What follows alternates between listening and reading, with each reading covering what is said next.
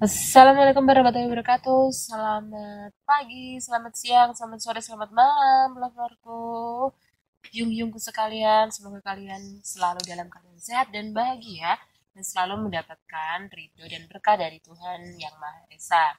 Nah, di kesempatan kali ini saya akan membagi pengalaman saya, yaitu mengikuti ini ya yaitu tes nursing skill atau SSW atau biasa disebut tes Kaigo dalam bahasa Jepang. Nah, di sini buku referensi yang saya gunakan adalah buku ujian keterampilan khusus lansia dan juga buku Kaigo nih, Nihongo. Dan saya akan cantumkan di linknya ya, di deskripsi di bawah ini, jadi kalian bisa download bukunya di link saya. Nah, pada dasarnya, semua materi soal bahasa Jepang ini tuh sudah ada di buku. Teman-teman bisa mempelajari bahan dari dua sumber tersebut. Nah, untuk soal nursing skill, bahasa Jepang itu lebih ditekankan pada kotoba atau kosakata khusus nursing skill dan komunikasi. Jadi itu berbeda ya dengan soal-soal teori pada nursing skill yang bahasa Indonesia. Nah, mempelajari dua buku ini tuh udah cukup sebetulnya untuk menghadapi SSW tes nursing skill-nya. Apalagi jika teman-teman sudah memiliki dasar N4 yang bagus atau sudah lulus CFT. Itu sangat membantu sekali. Tapi jangan khawatir ya, apabila teman-teman ternyata kemarin belum lulus CFT atau N4-nya masih acak-adut gitu.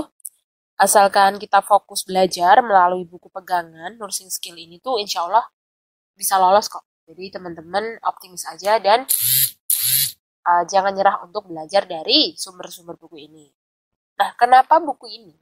Karena buku ini tuh sudah sesuai dengan standar Ministry of Health and Labour di Jepang. Nah, untuk penilaian sendiri atau kisi-kisinya sendiri itu terdiri dari butir-butir satu technical terms of care.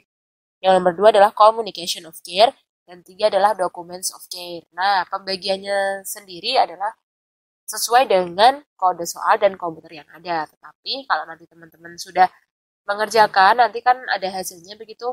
Tiga kisi ini yang akan nampil di sertifikatnya. Oke ya, kita mulai dari buku biru atau Kaigo no Nihongo. Nah, di materi buku biru itu tuh sangat bagus untuk penguasaan kotoba atau kosakata serta percakapan atau kaiwannya yang ada di buku itu lebih mudah dipahami karena sudah ditranslatekan ke dalam 4 bahasa termasuk bahasa Indonesia. Oke, seluruh kita scroll dulu ke daftar isi. Kita mulai dari daftar isi. Nah, silakan teman-teman memahami kotoba-kotoba yang ada di judul-judul ini. Kenapa? Karena menanyakan itu justru dari judul perawatan. Jadi, uh, penanganan seperti ini itu masuknya dalam perawatan apa, dan itu pun kalian harus tahu kotobanya. Jadi sangat sayang kalau teman-teman itu menyepelekan, cuma kayak gitu. Nah, ternyata ketika ada soal seperti itu tidak bisa menjawab karena tidak tahu kotobanya.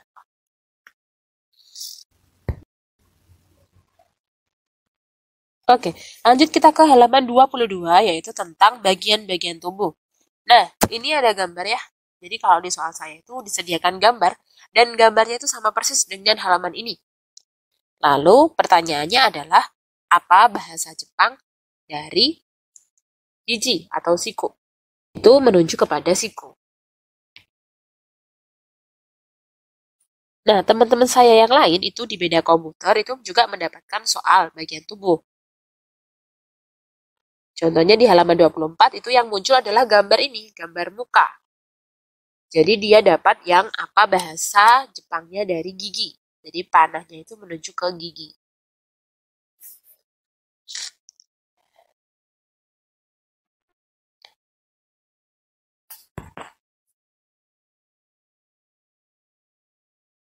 Oke, dan teman yang lain ada juga yang mendapatkan seperti nomor 26, yaitu gambar kaki seperti ini.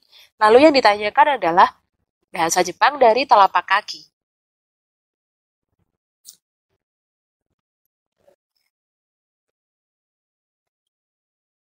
Nah, ada juga teman yang dapat seperti di halaman 28 guys, yaitu apa bahasa Jepangnya dari otot. Gambarnya juga sama persis dengan gambar yang ada di sini.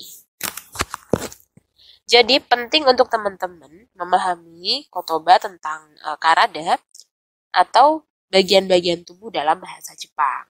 Jadi diapalin aja dan dipahamin ya. Oke, kita lanjut lagi ya ke halaman selanjutnya, yaitu halaman 32.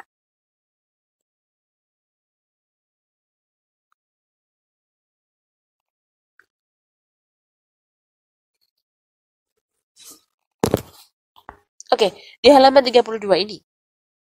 Nah, salah satu kotoba ya yang muncul dalam percakapan di soal saya adalah tentang bedo mawari. Nah, jadi ini yang muncul adalah soal tentang sendoreru atau side rail. Jadi soal saya itu seperti ini. Apa yang dilakukan staf saat Ryosa sedang tertidur? Nah, saya tuh waktu itu memilih jawaban mengecek side railnya sendiri. Mengecek keamanan side railnya apakah sudah terpasang dengan benar atau belum. Itu jawaban saya.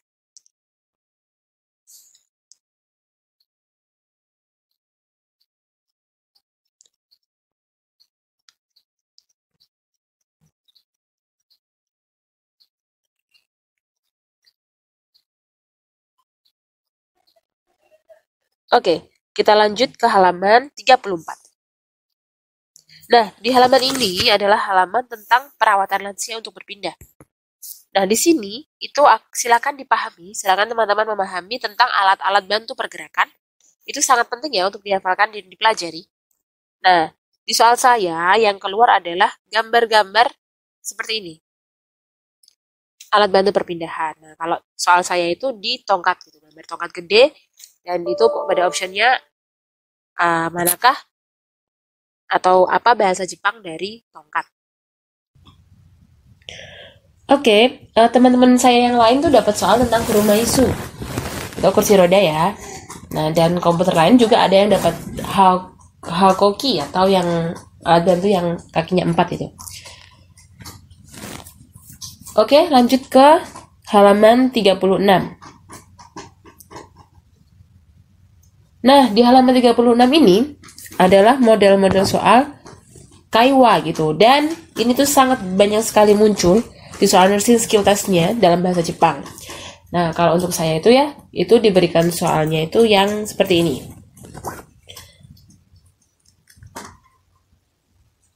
Jadi, diberikan gambar itu seorang ryosa dan juga staf yang sedang dibantu berjalan gitu. Nah, duduk di kursi seperti ini.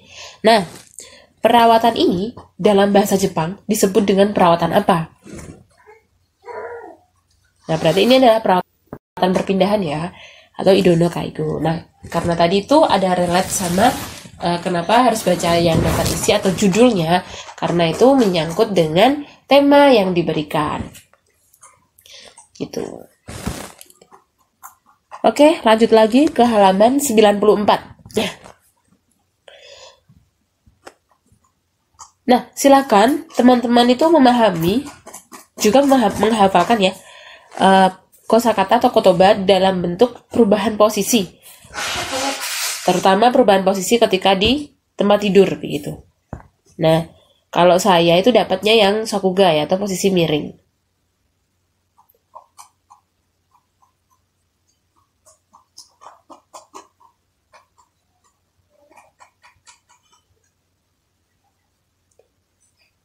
Oke, kita lanjut ke halaman 114. Nah, di sini yang lebih saya tekankan adalah kotoba-kotoba ini itu sangat sering muncul di kaiwa atau percakapan yang ada gitu. Jadi silakan teman-teman pahami supaya cepat nyambung dan cepat mengerti gitu saat kita mengerjakan soalnya. Nah, salah satu kosakata yang muncul adalah setsume. Di soal saya ya, itu gini. Jadi, ada seorang ryosa yang meminta setsume atau penjelasan. Nah, dan saya tuh waktu itu memilih optionnya yang tearaima, satu cara mencuci tangan. Karena kalau cara mencuci tangan itu kan membutuhkan penjelasan yang runtut step by step. Oke, sekarang kita lanjut ke halaman 122. Nah, di halaman ini itu soal saya yang keluar itu temanya tentang recreation atau rekreasi. Jadi mungkin di sini ya kotoba-kotoba ini tuh membantu untuk memahami soal yang coraknya mirip-mirip dengan soal yang ada kaitannya tentang rekreasi. Seperti halaman 130. Oke, kita move ya ke halaman 130. Nah, ini dia. Di halaman 130 ini nyaris mirip. Jadi di soal saya itu ada Kaiwa ya tentang Ryosa dan stafnya. Lalu Ryosanya tuh minta untuk bermain mahjong. Nah, jadi lalu ada gambar itu, lalu mahjong itu. Apa bahasa Jepangnya permainan mahjong itu? Buku biru itu bagus untuk pemahaman Kaiwa dan juga pemahaman Kotoba. Jadi silakan teman-teman pahami semaksimal mungkin. Oke, kita lanjut ya ke buku pink atau buku pink oranye ini tentang ujian evaluasi keterampilan khusus perawatan lansia. Nah, di buku ini itu dibagi menjadi dua bagian ya. Satu bagian untuk teori dan satu bagiannya lagi untuk penerapan dalam bahasa Jepangnya.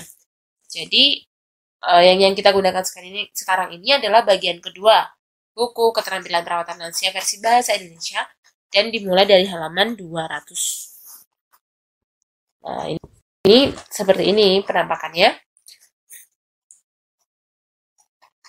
Nah, buku bagian kedua ini itu tuh lebih menekankan keringkasan kotoba sekaligus ada latihan-latihan soalnya. Nah, caranya seperti ini. Jadi ada penjelasan seperti ini.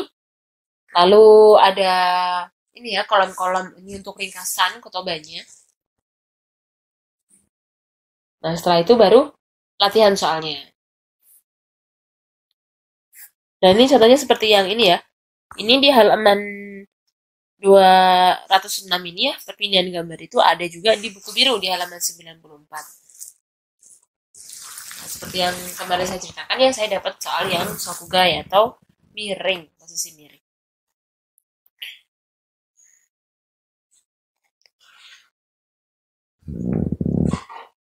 Oke, sekarang kita pindah ke halaman selanjutnya,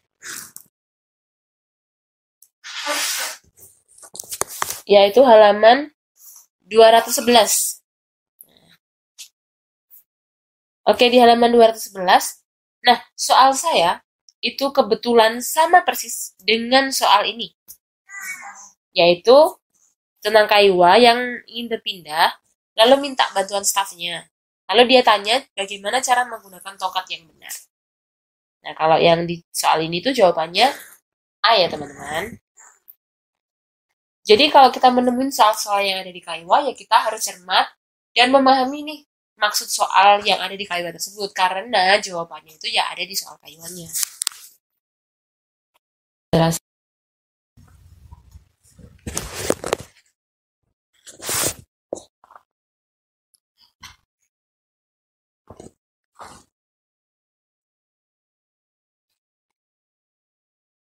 Nah, oke, kita pindah ke halaman 245.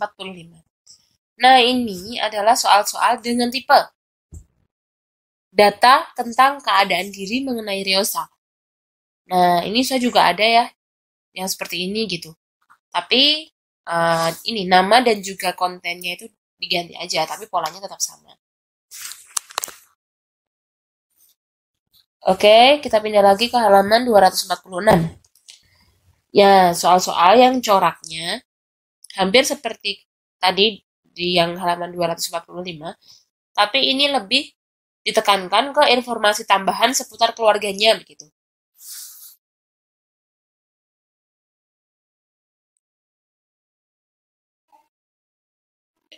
Oke, kita pindah lagi ke halaman 261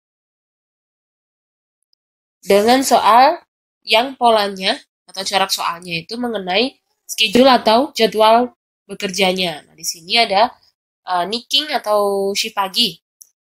Ya, soal saya itu mirip-mirip seperti ini. Hanya aktivitasnya saja yang diganti. Jadi teman-teman kalau menemui soal ini, silakan cermati jam dan aktivitas yang dilakukan. Oke, kita lanjut lagi ke halaman 262. Kalau yang sebelumnya shift pagi, ini shift saya menjadi shift sore di soal yang selanjutnya. Jadi polanya hampir sama ya. Cuman aktivitasnya saja yang diganti dan juga jamnya juga berbeda begitu.